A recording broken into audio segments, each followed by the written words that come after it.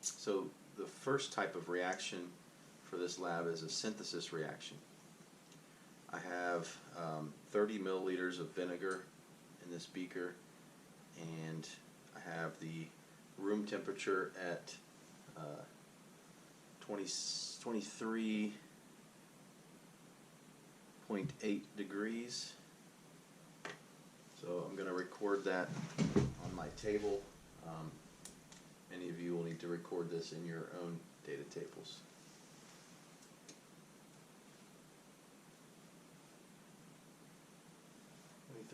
.8 degrees Celsius. And so we're going to be taking steel wool, and I have it wrapped around a thermometer, and I'm going to completely submerge that into the vinegar.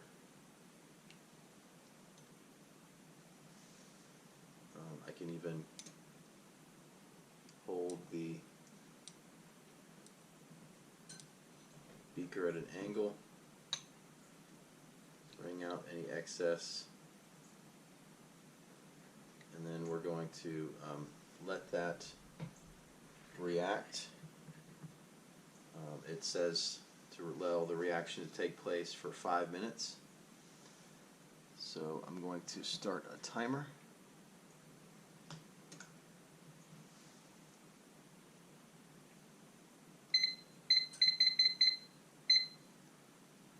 And we will let that take place.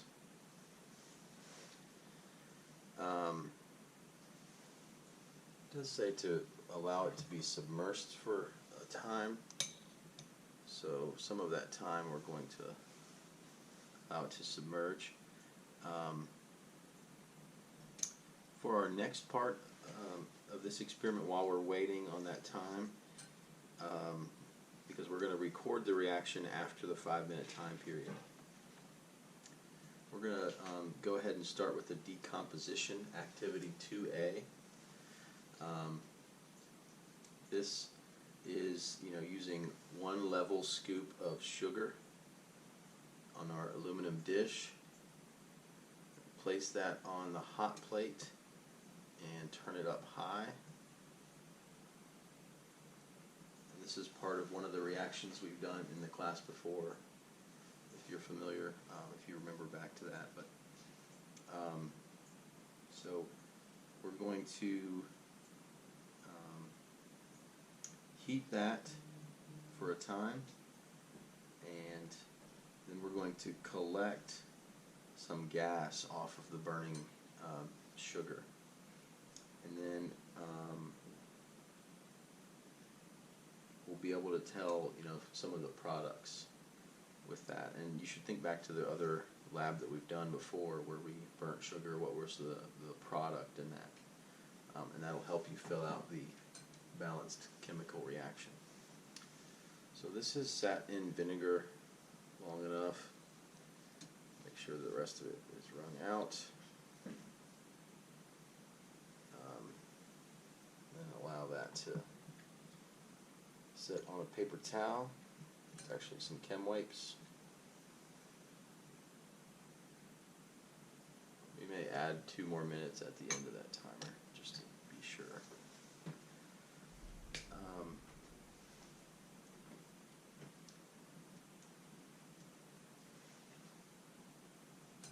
The next activity 2B, decomposition reaction.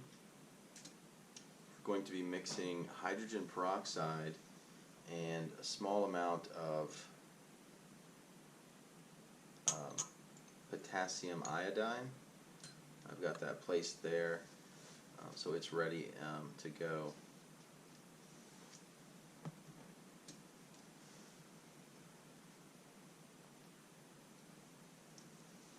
So we're going to observe the temperature of the thermometer.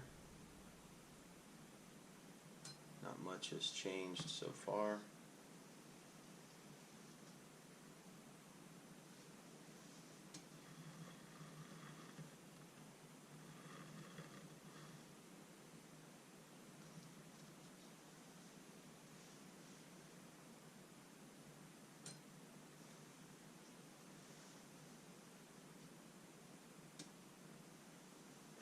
we're going to give that some more time to work.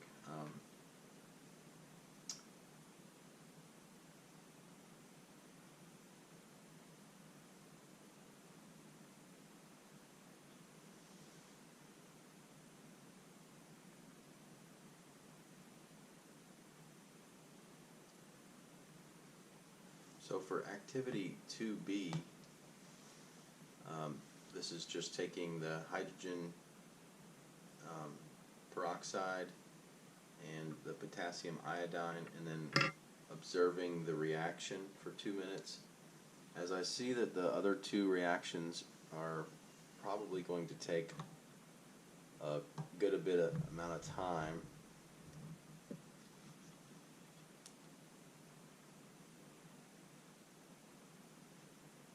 it's starting to warm up. It's at 24.7, so that one's probably going to be warm soon.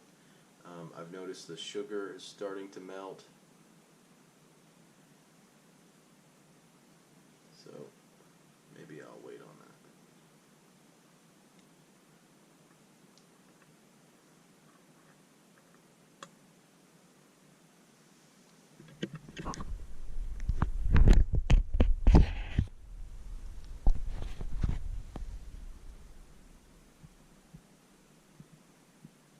Become a solid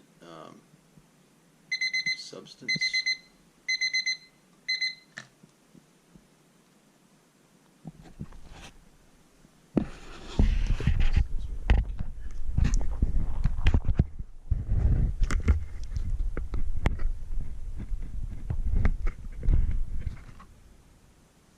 Alright, so 5 minutes is up.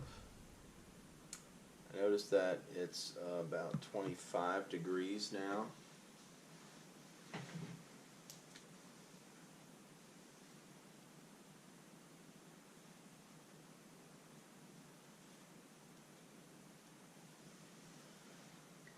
And observing the wool,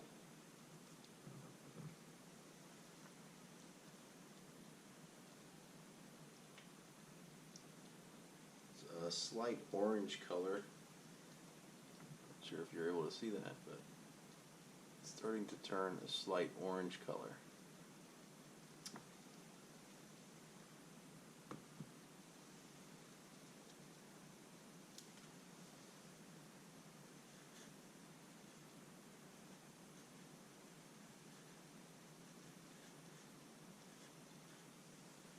So that orange color should give us a hint on what is happening. And I'd like to quickly look at this sugar reaction just because it's pretty interesting. So it started to boil and collect some of the gas coming off.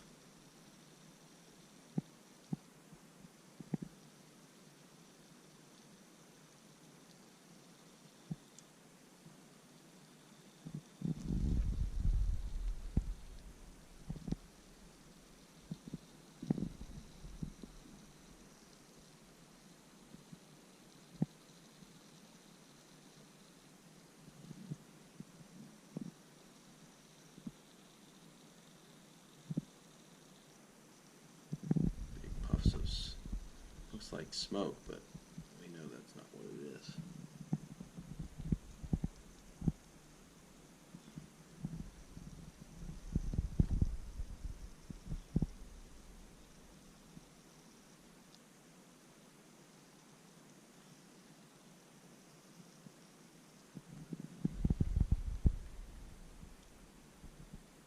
Good amount of gas collected, very small water droplets forming.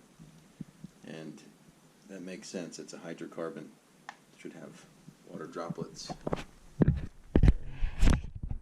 Carbon left over.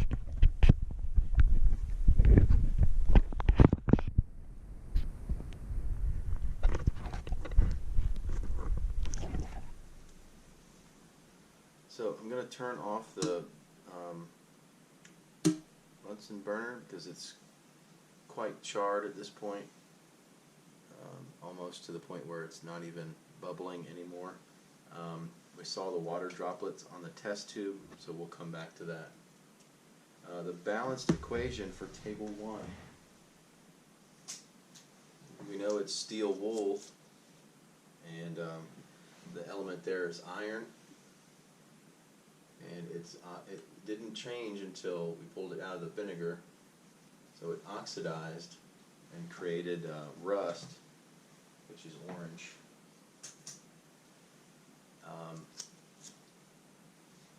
For table 2, observation inside the test tube, we saw water droplets.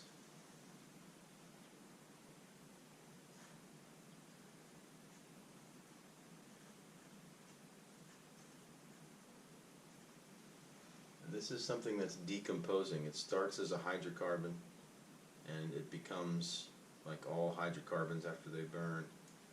The product is going to be H2O and CO2. The dish is just carbon that's left behind. It's still quite warm, but I'm just going to write black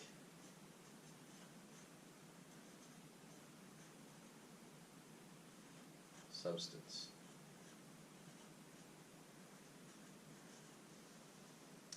And that black substance is going to be carbon. So the balanced equation for that is you start with the sugar product, or the sugar reactant. Once it's burned or heated, it's going to break up into carbon and water. I'm going to mark out CO2. Alright, so the next reaction now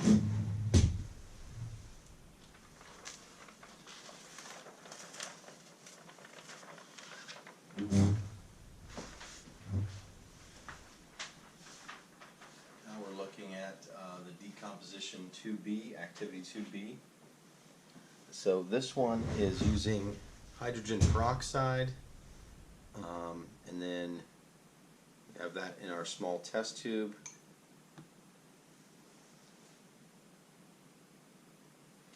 And it says here that this potassium iodine is going to serve as a catalyst. And if you remember what a catalyst does, it speeds up a chemical reaction, so we should expect something to happen here.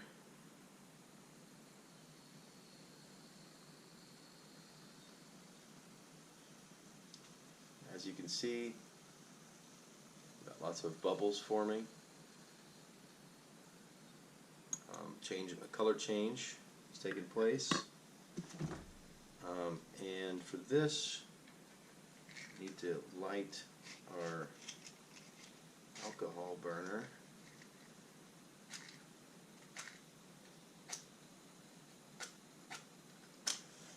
There we go.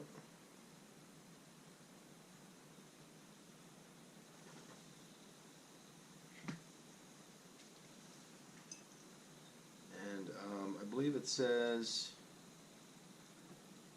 observe the reaction for 1 minute. What happened to the potassium iodine was added to the hydrogen peroxide solution. So it's bubbling, and it changed to a yellow color almost.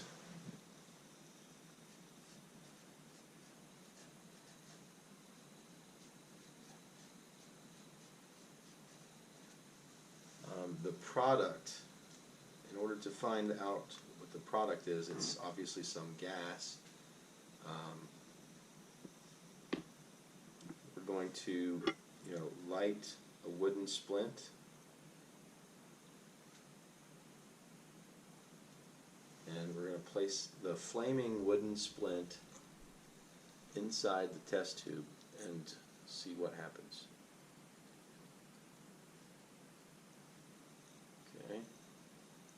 Goes out. Next we need a glowing splint. We'll give that some time. And insert the glowing splint.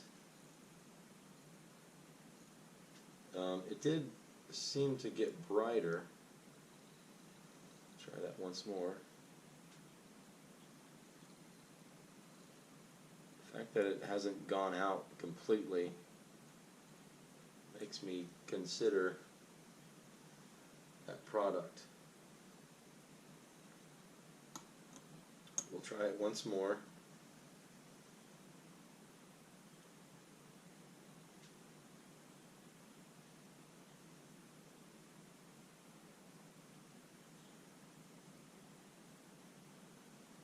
So insert the flaming splint.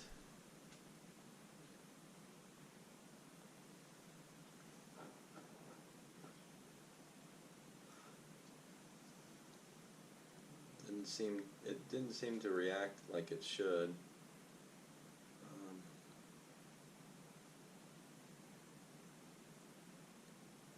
But these don't always turn out the way you want them to. So at this point, it's pretty much stopped reacting. So for this one, observations. Possible gases that could be produced. If we're working with hydrogen peroxide, there could be water. All right, so do a quick reaction test. Taking 3 milliliters of hydrogen peroxide,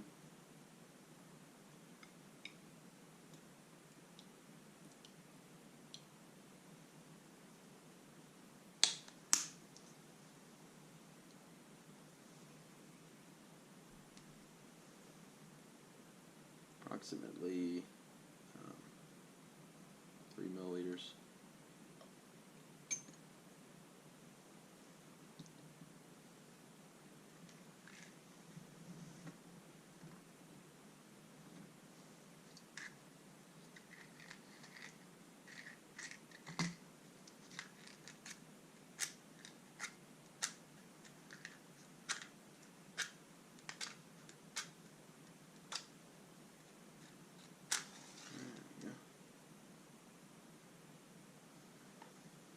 So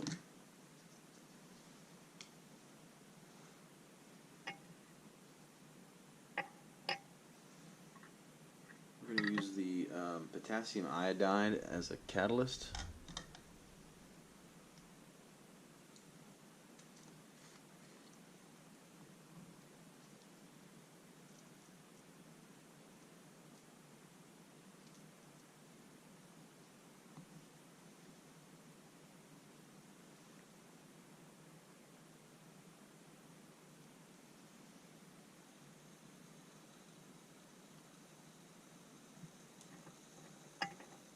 Generating a large amount of bubbles. If we want to figure out what that gas is, we can use a wood split test.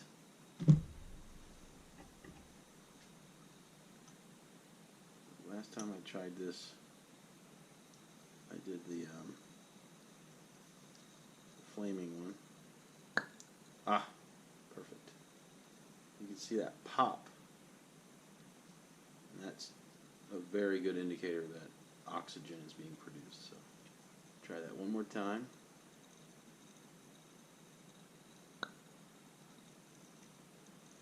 Very good.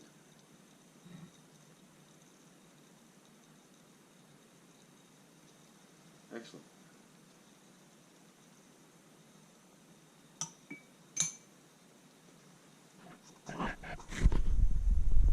H2O, liquid water vapor. Could be CO2. No, it could not be CO2. It could be hydrogen gas or oxygen gas. And then based on table 2, which I have here, or table 3 rather, and this is also in your lab sheet, but if it's oxygen and you insert the glowing splint, it should burst back into flame. I didn't notice that in this reaction.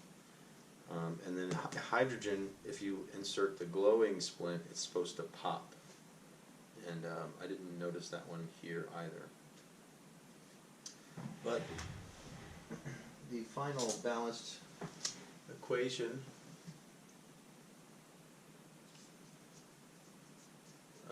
should have resulted in us observing oxygen.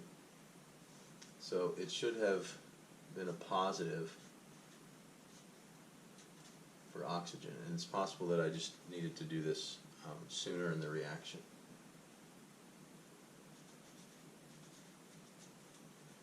No result for the flaming splint. So I also could have switched the order of that as well. But anyway, it breaks down, decomposes from hydrogen peroxide to water, which was one of our possibilities, and oxygen. It's possible that the water vapor is so dense in there, but even a small amount of oxygen should be very explosive. So we'll move on to activity 3. This is a single replacement reaction. This is a more difficult challenge.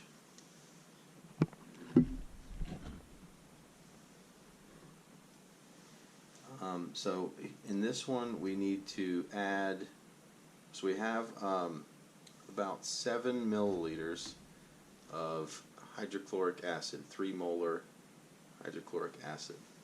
We have our magnesium strip right here, and we have a couple of cups of water. So I have my materials, and it says that I'm slowly supposed to add water to the hydrochloric acid until it's about a centimeter away from the top, holding the test tube at a 45-degree angle and attempting carefully not to mix the more dense hydrochloric acid. From there,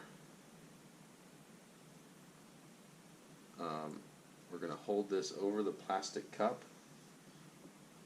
and insert the stopper into the mouth of the tube, allowing any overflow to drain. I don't have that much overflow. And already you can start to see magnesium strip is reacting. So invert that, place it inside the cup of water. And as you can see, very quickly the test tube empties and fills with gas.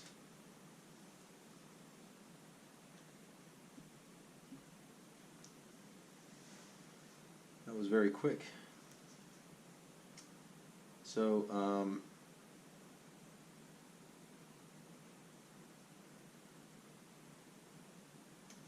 observations.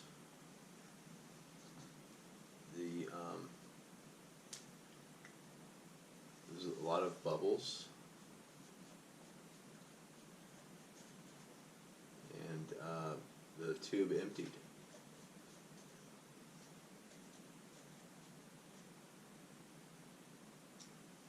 Just the gas replaced the water.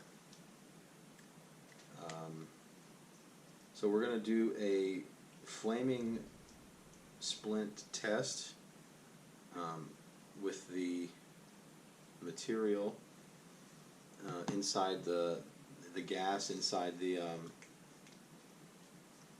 test tube. So for that, I'm going to set this here.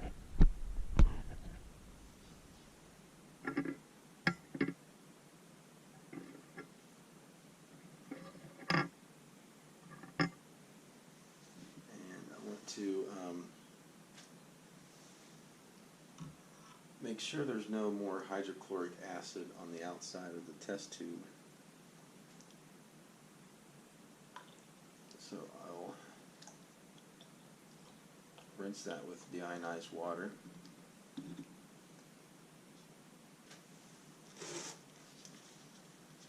use the chem wipe. Set the rubber stopper aside. Keep the test tube tilted down, because that's where the gas is. So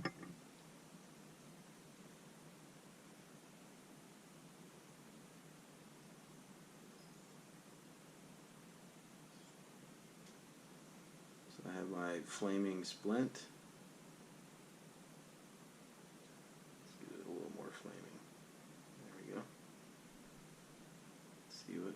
Oh wow, that was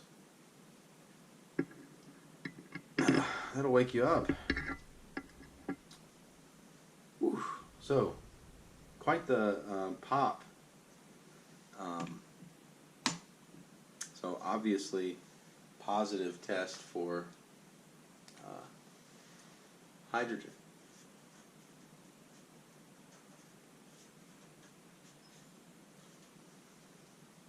So our product is hydrogen, and the leftover magnesium. It didn't change much, but it's no longer magnesium. It wouldn't react again the same way that it did the first time. So we now have magnesium chloride. So I guess I didn't have to be so careful, assuming all of the hydrochloric acid reacted like I would hope that it would. So the product here is hydrogen gas. And that was very interesting. Alright, so two more activities. Activity 4 is a double replacement reaction. So for this one, we no longer need the liquid water here. So I'm going to place this in the waste container. We're going to use baking soda, sodium bicarbonate, and we also have our leftover vinegar.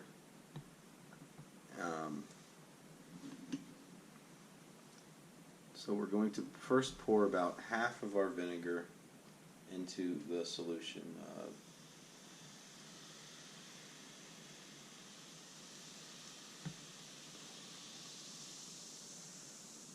So we're going to have our wooden splint ready.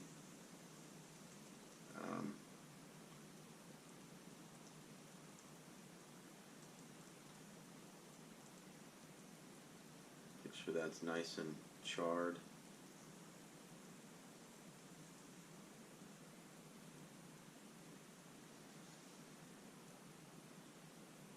That was pretty obvious. The flaming splint just goes right out. We'll try that once more, see if we can't mix it up.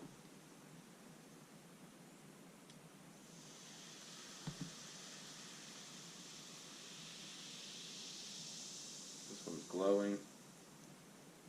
Glowing goes out pretty quickly.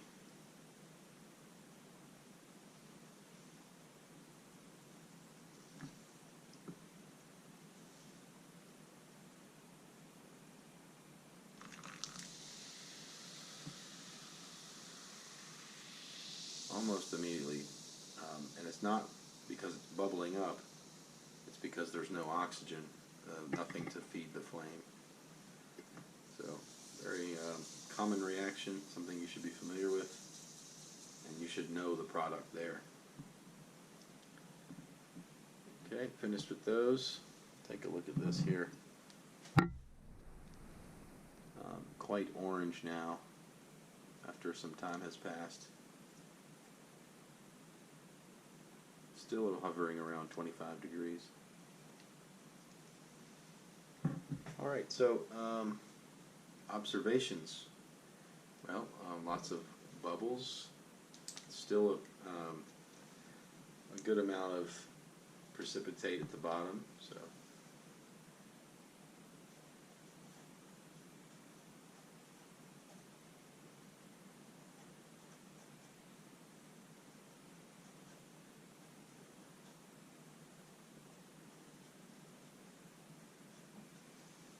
Name and formula of gas from splint test. So we know if it's putting it out, it has to be one thing: carbon dioxide, CO2. Changes to gas layers, and I think that's just an observation of, how does that change over time? Does it continue? And obviously, it's one of those types of reactions that it has, peaks and valleys. So, say concentrated at times. Balanced chemical equation. We have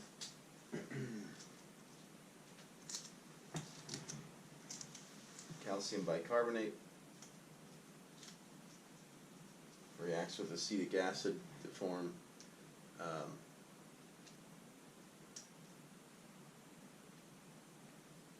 sodium bicarbonate, and the precipitate at the bottom, which is H2CO3, hydrogen carbonate. And then there's also the reaction that's taking place just for our test. We're burning a piece of wood to see if it produces anything, and that's the decomposition. So that's one of the things that it asks: the decomposition of one of our products. And you notice that it's a double replacement because you have A, B plus C, D reacts to form A, C plus B, D. And that's the basic formula of a double replacement reaction.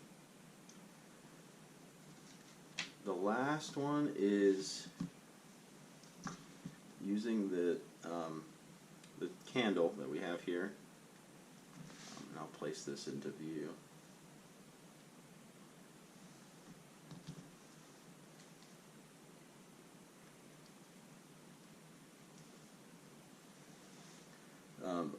Obviously we have some paraffin wax in there, a C25H52. And we're going to use one of our test tubes here. And it says to invert the test tube and hold the mouth over the test tube.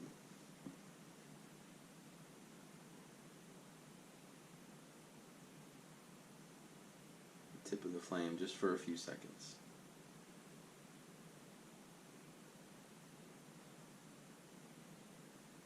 This may be something that you've done before. But you can see there's a product.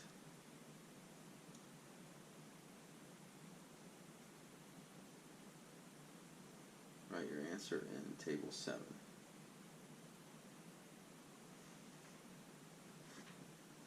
Yeah, so what is that product? And what's the formula?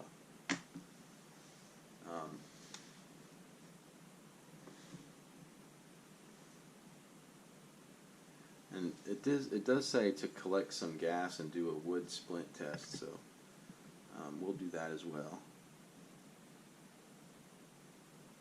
Make sure to get some up in the tube.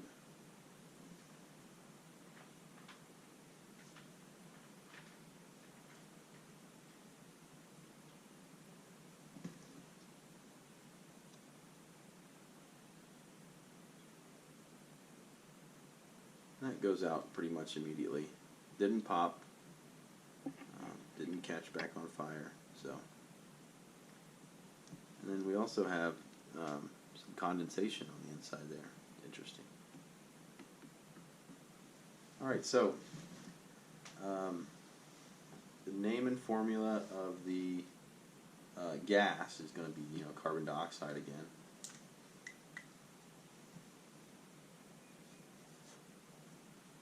The product, this soot forming on the outside of the glass, is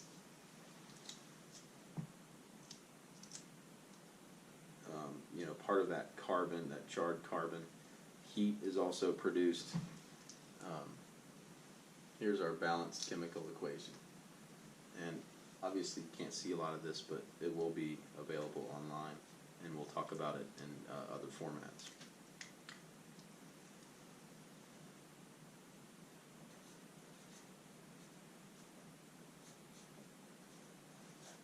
So when you burn a hydrocarbon, you always get CO2 and water. Hopefully this has given us some valuable insight, and I'll be, a lot of this material might come up again, and it's just valuable information to know as far as performing some standard chemical tests.